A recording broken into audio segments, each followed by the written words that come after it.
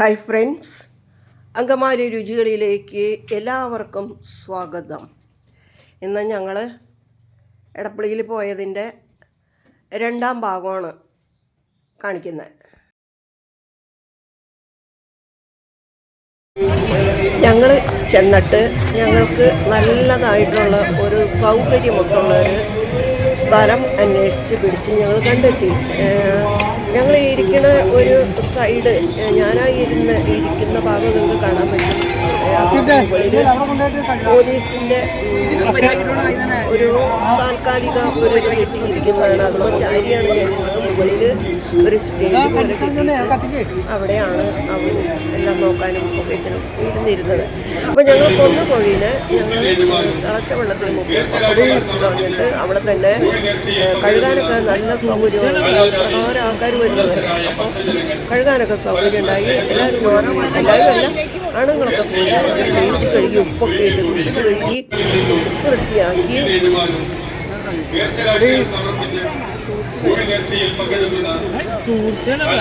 അത് പൊളിച്ച് പീസുകളാക്കി എടുക്കുകയാണ്. അപ്പോൾ ഇവിടെ ഇങ്ങപ്പുറമുള്ളവരൊക്കെ പെണ്ണുങ്ങളൊക്കെ ഇഞ്ചി പച്ചമുളക് എല്ലാവരും അരിഞ്ഞ് എടുക്കൽ കഴിഞ്ഞ് അവിടുത്തെ എല്ലാവരും കുഞ്ഞാക്കി പായച്ച് അവിടെ ഇരുന്ന് വിശ്രമ ഇതിലാണ്. അപ്പോൾ ഇപ്പോൾ എല്ലാം ചേർത്ത് കൂട്ടി തിരുമ്പാണ്. ചുറുക്ക, വെളിച്ചെണ്ണ എല്ലാം ചേർത്ത് തിരുമ്പാണ്.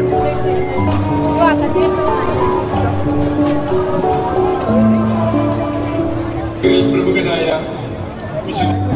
സർപ്പശല്യത്തിൽ നിന്നും പ്രവേശിക്കുകയും 11 മണിവരെ പാചകം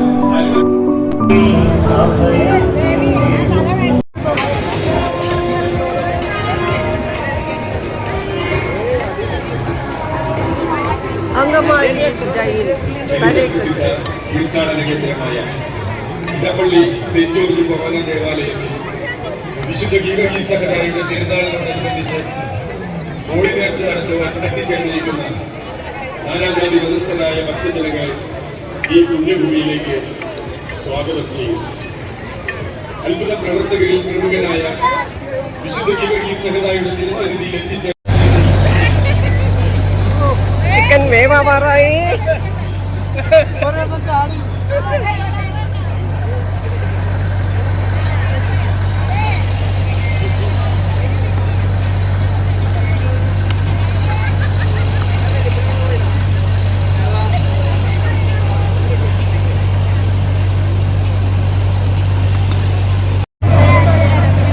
ഞങ്ങളെല്ലാവരും സൊറ പറഞ്ഞിരിക്കുകയാണ്.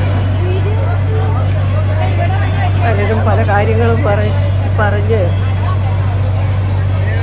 ചിരിച്ചും കളിച്ചും കുറേ സമയം ഞങ്ങൾ ചെലവഴിച്ചു. നല്ല രസമായിരുന്നു. എനിക്ക് ഭയങ്കര ഇഷ്ടം തോന്നി ഇങ്ങനെയൊക്കെ പോകാനായിട്ട്.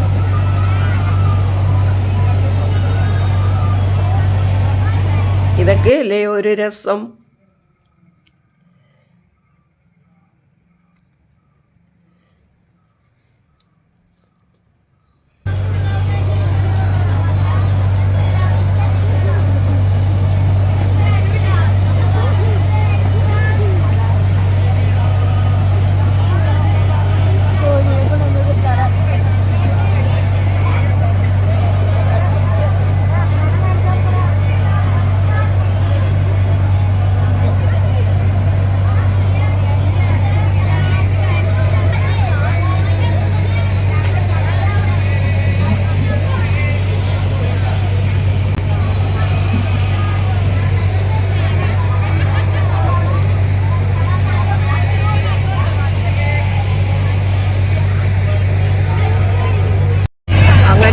നമ്മുടെ നാട്ടുകോഴി ശരിയാക്കിയത്. നാടൻ കോഴിയാണ് നേർച്ചയ്ക്ക് എടുക്കുന്നത്. അപ്പം നാട്ടുകോഴി കറി റെഡിയായി.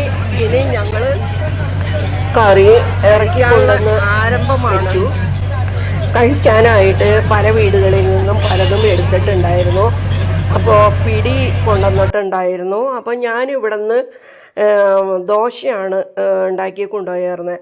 അപ്പോൾ ഈ ദോശ എല്ലാവർക്കും കഴിച്ചപ്പോൾ ഇത് എവിടെ നിന്ന് വാങ്ങിയതാണ്, നല്ല ദോശയാണല്ലോ എന്ന് എല്ലാവരും പറഞ്ഞു. അപ്പോൾ ഇതിൻ്റെ കൂട്ട് എങ്ങനെയാണ് എന്ന് അവരെല്ലാവരും ചോദിച്ചു. അപ്പോൾ അതുകൊണ്ട് തന്നെ ഞാൻ ഈ വീഡിയോയുടെ പിന്നെ ആ ദോശ ഉണ്ടാക്കണ റെസിപ്പി കൂടി ഞാൻ ഇട്ടിട്ടുണ്ട്. എല്ലാവർക്കും വളരെ ഒരുപാട് ഇതായിട്ട് പറഞ്ഞു, ടേസ്റ്റ് ഉണ്ടെന്ന് പറഞ്ഞു. ഞാനത് ഇട്ടിട്ടുണ്ട്, അത് കാണുക. പിന്നെ ഇപ്പോൾ ആൾക്കാർ ഇപ്പം നല്ല രാത്രിയാണ് കേട്ടോ. ഇപ്പോഴും ആൾക്കാർ വന്നുകൊണ്ടിരിക്കുന്നുണ്ട്. ഇപ്പം തിരക്ക് കൂടി വരും. ഇപ്പോൾ വന്ന് കയറിയവർ ഏതാണ്ട് 12 മണി 1 മണിയൊക്കെ കഴിയാതെ കൊണ്ട് തിരിച്ചു പോകില്ല. അപ്പം ഞങ്ങളുടെ ഇതൊക്കെ കഴിച്ചു ബാക്കി വന്നു.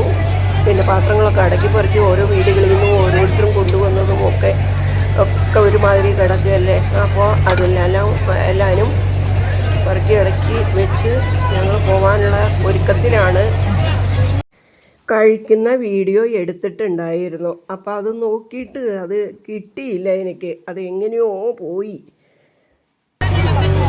ഇങ്ങനെ എന്തൊരു രസമായിട്ടെന്ന് പറയുമ്പോൾ അങ്ങനെയൊക്കെ നമുക്ക് ഇങ്ങനെ കിട്ടുന്ന അവസരം അത് നല്ല ഒരുമയോട് കൂടി ചെല്ലുന്ന എല്ലാവരും കൂടി ഇരുന്ന് ഇങ്ങനെയൊക്കെ ചെയ്യുക എന്ന് വെച്ചാൽ ഒരു പ്രത്യേക സുഖമാണ്. എനിക്ക് ഈ വീഡിയോ ഒക്കെ പിടിക്കാറ് എനിക്ക് അധികമൊന്നും അവരോടുമായി ഉൾക്കൊണ്ട് പോകാൻ എനിക്ക് പറ്റിയില്ല. അതിൻ്റെ മുകളിൽ കൂടെ മെട്രോ റെയിൽ കൊണ്ട് ഞാൻ അത് ട്രെയിൻ പോണത് നോക്കി നിൽക്കും. ആ നോക്കി നിന്നുകൊണ്ട് ഞാൻ ചിലപ്പോൾ കാണാതെ വരുമ്പോൾ തീർച്ചയായും നോക്കുന്നുണ്ട്. അപ്പോൾ പോയി കഴിയും. അപ്പോൾ അതിൻ്റെ മുകളിലൂടെ ഏത് നേരം എപ്പോഴും പോകുന്നുണ്ട്. അങ്ങനെ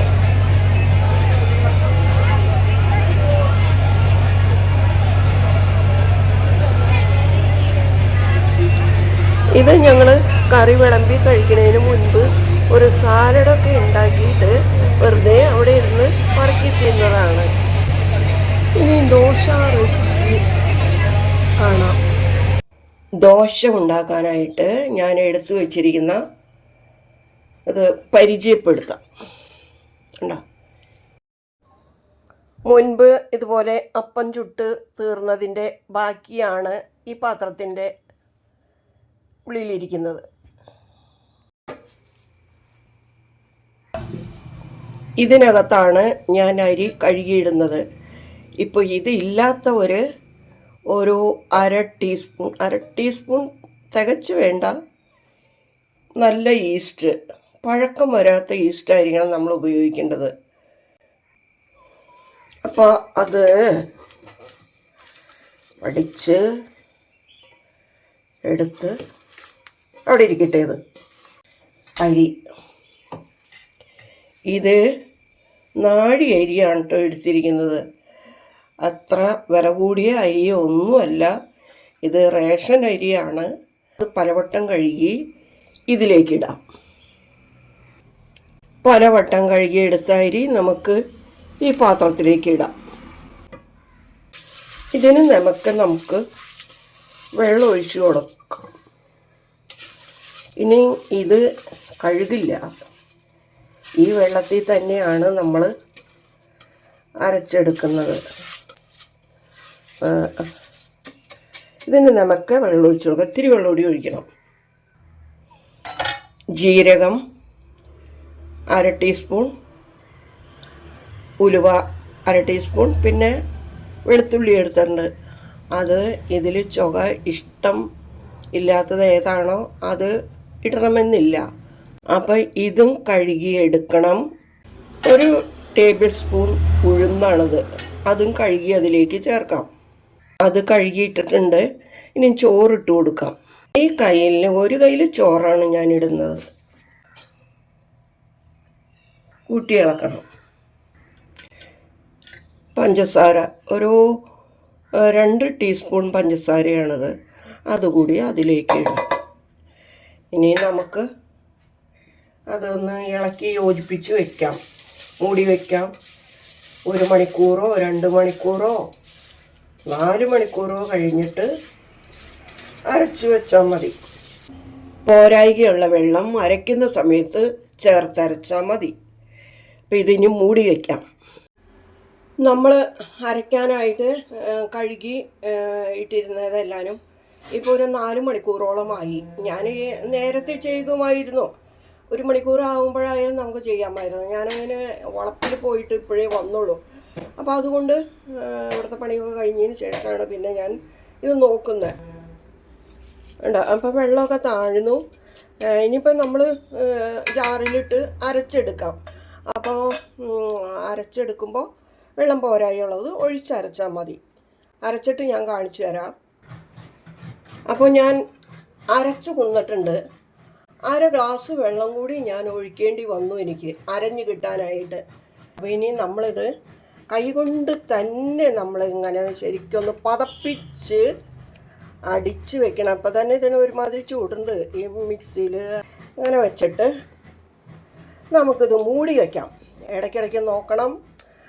ചിലപ്പോൾ ഇത് 1 മണിക്കൂർ കഴിയുമ്പോൾ വീർക്കാം, അല്ലെങ്കിൽ ചിലപ്പോൾ 2 മണിക്കൂർ കഴിയുമ്പോൾ വീർക്കാം.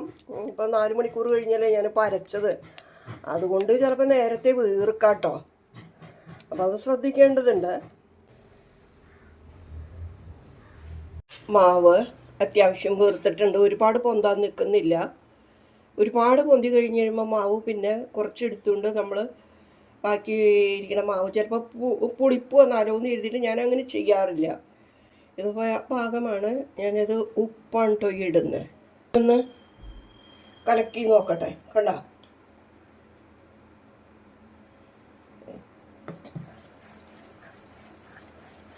വെള്ളം പോരാ.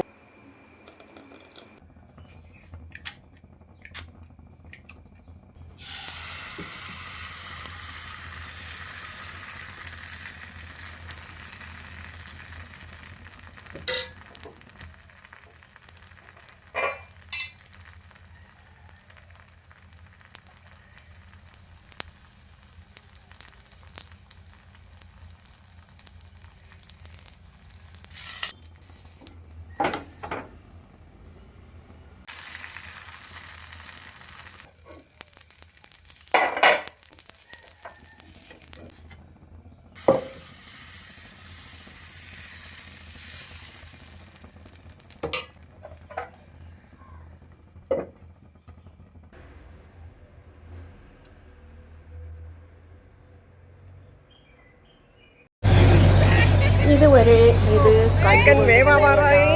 നന്ദി. ഒരു വീഡിയോയുമായി ഞങ്ങൾ നിങ്ങളുടെ മുമ്പിൽ വരുന്നത് വരേക്കും